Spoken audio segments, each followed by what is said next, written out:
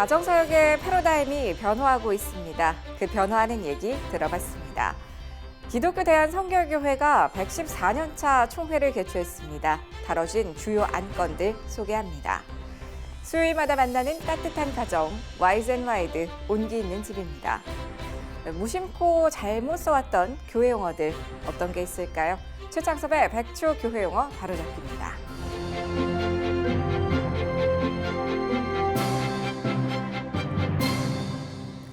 안녕하십니까. 매 요일마다 섹션을 통해 더 깊이 있는 글로컬 선교교육 뉴스 전해드리고 있는 CGN투데이입니다. 수요일인 오늘은 가정입니다.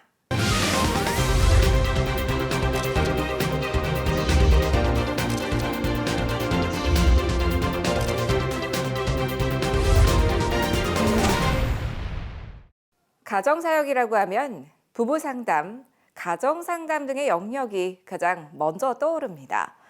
하지만 코로나19라는 큰 일을 겪은 이 시기에 가정사역의 패러다임이 크게 바뀌고 있습니다. 어떠한 변화들을 모색하고 있는지 한국기독교 가정생활협회 전혜선 총무를 만나 들어봤습니다. 김현정 기자가 보도합니다. 대한예수교장로회, 기독교 대한감리회, 한국기독교장로회 등 7개 기관과 교단이 함께하는 연합기관인 한국기독교가정생활협회 전혜선 총무는 통합적인 접근으로의 가정사역의 변화를 가장 먼저 언급했습니다. 지금까지 실은 가정사역이 상담 영역에 좀 치중되어 있잖아요.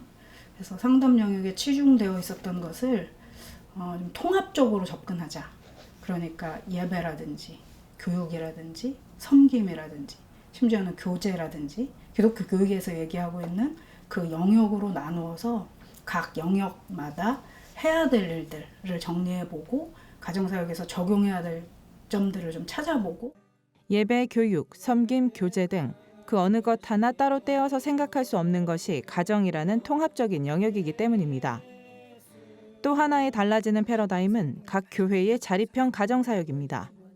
가정이라는 지극히 개인적인 영역에 대한 올바른 사역이 이루어지려면 오랜 시간 교제, 신뢰, 감정교류 등을 쌓아온 개교회 중심의 가정사역이 외부 전문가나 전문 강사보다 효과적이라는 접근입니다. 그래서 한국기독교가정생활협회는 가정예배서와 월간 새가정 잡지 등을 각 교회에 보급해 가정사역의 자립성을 키워주고자 하고 있습니다. 코로나19로 인해 달라진 것은 바로 우는 가정에 대한 접근입니다.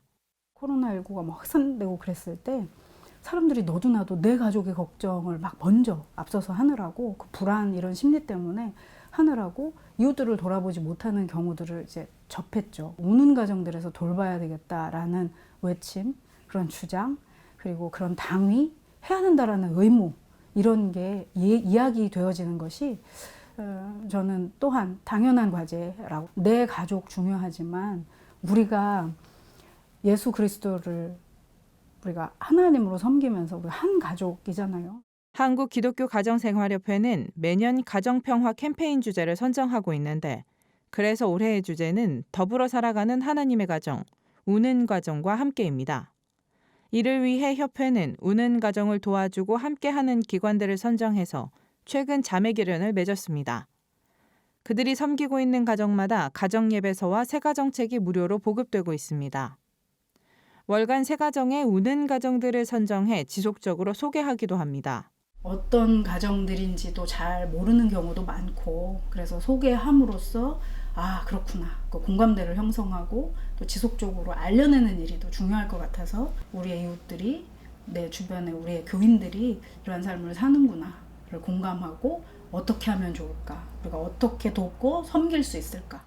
형편과 사정, 이야기가 각기 다른 가정들을 하나님 앞으로 이끄는 가정사역이라는 가치 중심적 일들이 현실화되고 있습니다.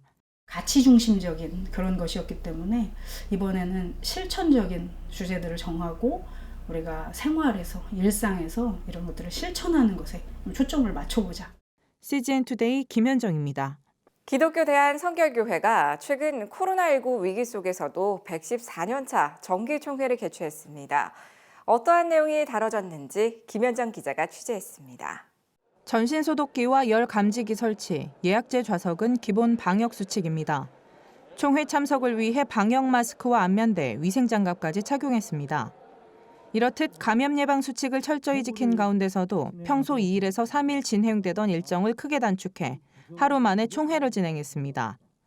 나부터 성결, 우리부터 평화를 주제로 열린 이날 총회에서는 한기채 부총회장이 총회장으로 추대됐습니다. 한기채 신임 총회장은 임기 중 교회 재활성화에 집중하겠다고 공언했습니다. 교회를 개척하는 것도 중요하지만 세운 교회를 리바이탈라이제이션, 다시 불타오르게 만드는 겁니다. 왜냐하면 교회들이 많이 침체되어 있고 또 목회자들이 의욕을 좀 잃어버린 경향이 많아요. 그 열심히 하는 분들에게는 기회가 온다는 거. 이를 위해 국내 선교위원회와 목회 코칭을 담당하는 교회진흥원과 함께 가능성이 있는 목회자와 교회를 공개 선정해 필요를 맞춤 지원할 계획입니다. 가장 큰 관심사였던 총회본부 재건축은 1년간 연구를 연장하기로 했습니다. 그러나 총회본부 재건축 승인 및 위원회 구성은 부결됐습니다. 성결교회 역사박물관을 건립하고 교단 교리문답집을 발행해 교단의 역사와 정체성을 보다 분명히 하기로 했습니다. 오늘 현 시대에 우리가 고백하는 신앙 고백서와 교리문답집을 만드는 것을 우리의 정체성 확립에 신학적인 또 신학을 정립하는 데 굉장히 도움이 되고 현 시대에 우리가 신앙을 고백하는 데 꼭 필요하다고 생각을 하고 있습니다. 서울신대 신입생부터 각 학년 35명을 선발해 홀리클럽을 구성해 영성훈련을 실시하는 등 교단의 꿈나무를 심는 일에도 주력할 방침입니다. CGN투데이 김현정입니다.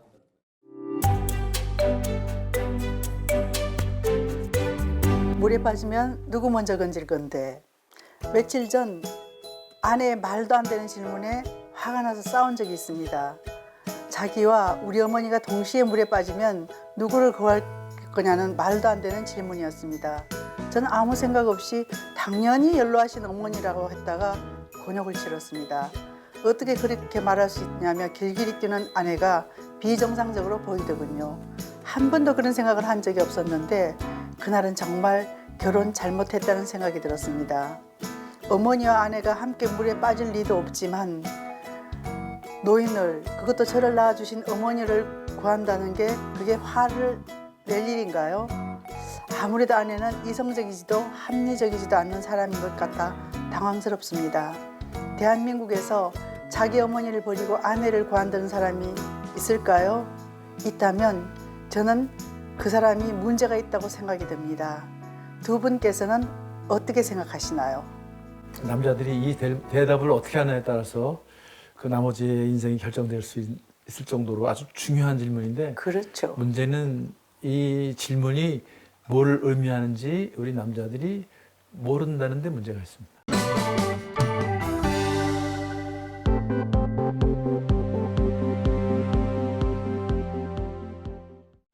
정말 몰라요? 정말 모르죠. 이 속에는 어머니하고 나하고 두 사람 중에 누구를 더 사랑하느냐? 그러면 그렇게 질문을 해야죠. 어떻게 그렇게 누구를 질문을 사랑하고 질문해야 해요? 되는데 유치하게. 물에 빠지면 누구 먼저 건질래요? 그러면 남자들은 물에 빠진 상황을 상상을 하고 정말 누구를 먼저 건져야 될까?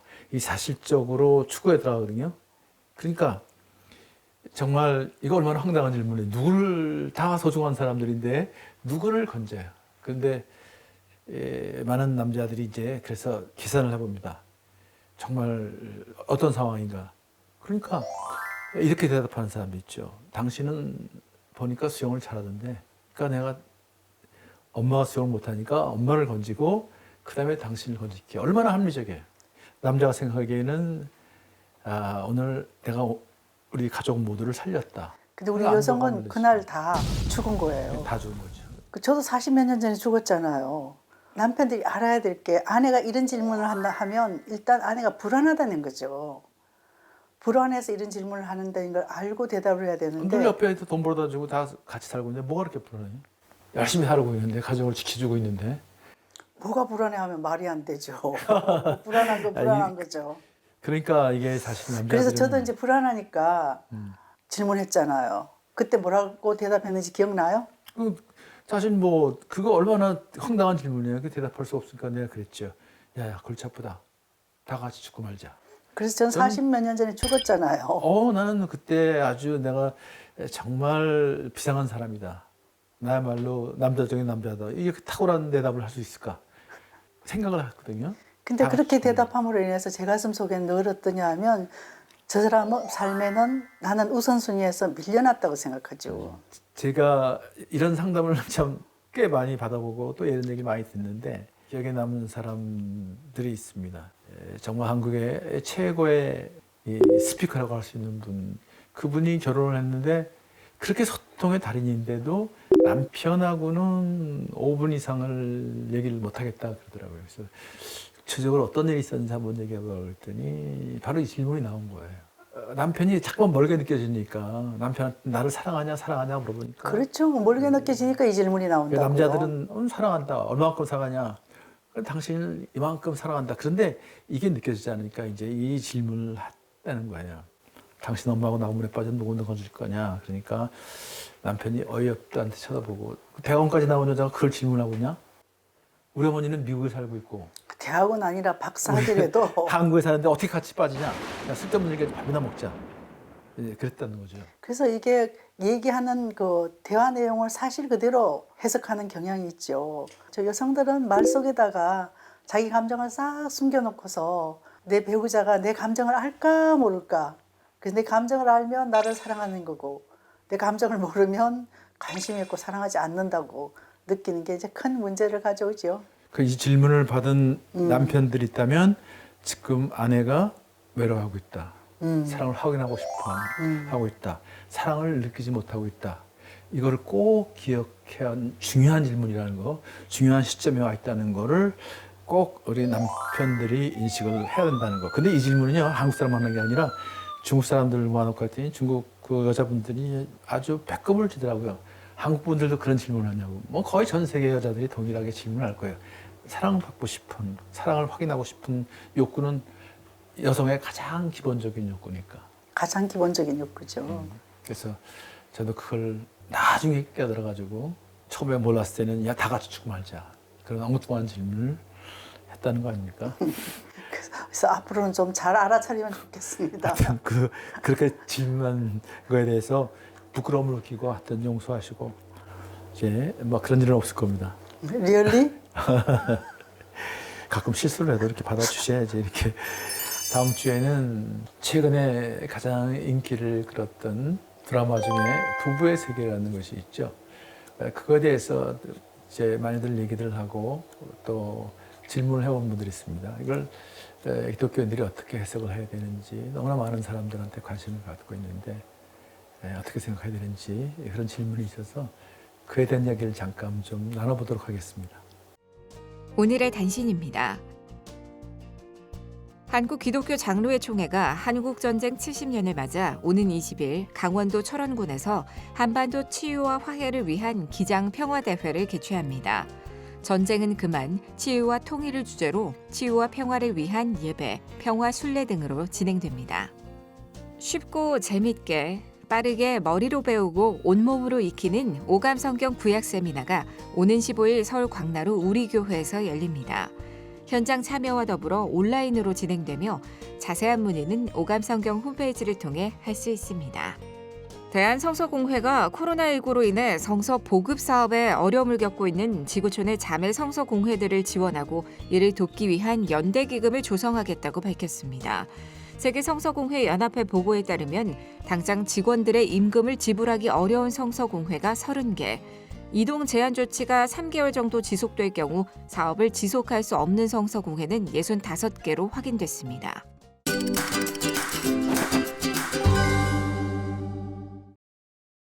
안녕하십니까. 교회 용어 바로잡기 최창섭입니다. 목회자들의 설교를 듣다 보면 심심치 않게 히브리어나 헬라어 발음하는 것을 들을 수 있습니다.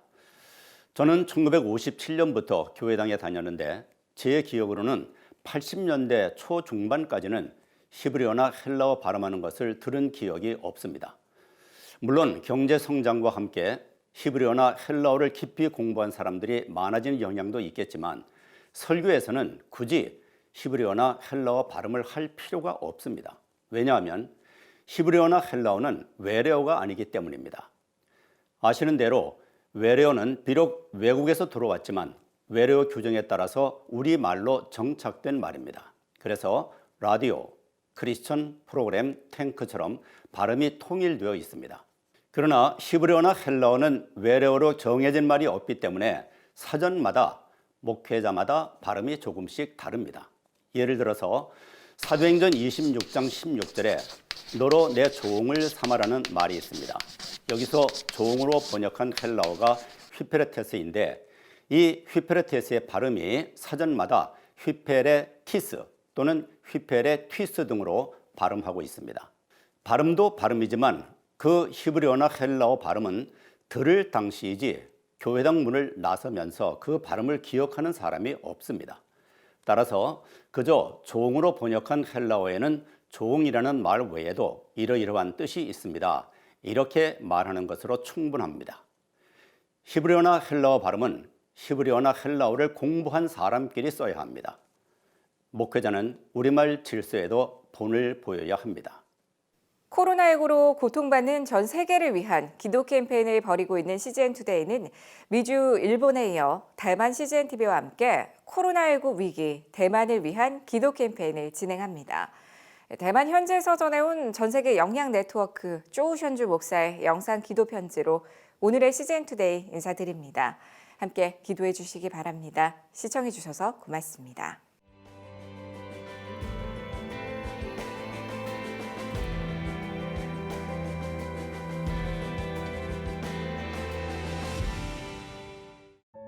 弟兄姊妹平安 ，Shalom。我是全球灵粮网络的主席周神柱，我想在这里分享台湾的教会，感谢神在过去这一段时间，神恩待怜悯，让我们特别在台湾，我们5、6千间教会，在我所知道的。没有人好像感染到这样的一个病毒，这是神特别的恩典，也是怜悯。当然我们也要感谢神神在这一段时间，让台湾神恩待怜悯，当教会更多合一在一起，一起祷告，我们看见神的手保守就更多在这个地方，以至于我们看到。在整个台湾在疫情上面有了相当好的控制，但是我想在这一段时间台湾的教会也面对一个聚会的一些转型，因为好像大的聚会不能不再能够聚有一些大概停了1个月，有一些停了几个礼拜。那不管怎么样，在这样的一个停止这样的聚会中间，那感谢神我们看到神透过让每一个教会开始学习。那我想感谢神，那现在大部分大概开始可以再一次回来再一次聚会。那有一些教会也开始在思想说，除了这样的聚在教会一起小组也好，或者是敬拜也好，那是不是继续要有线上的教会？换一句话说，透过线上来传福音，透过线上能够牧养好像比较远的地方的人。那我想这些事都看见神继续带领台湾的教会，让我们继续往前，盼望能够传福音，更多的人信主。那我想另外一方面，台湾的教会也在这一段时间里面，一方面感谢神的恩典。那因着神的恩典跟保守，在很多方面，不只是疫情方面，所以我们就觉得在荒年或者是1年，就是这样的疫情的中间，我们要来撒种，来祝福列国。所以我们就开始有很多弟兄姊妹教会开始奉献，然后我们就把一些防护衣，还有一些防护的物品，然后寄到其他国家。那我们盼望为我们祷告，我们盼望在这样的困难的时候，我们不只是希望我们能够平安，希望能够不要有病毒，但是我们更盼望我们能够祝福别的弟兄姊妹、别的教会、别的国家盼望我们一起继续往前，相信神的恩典要更大临到我们中间。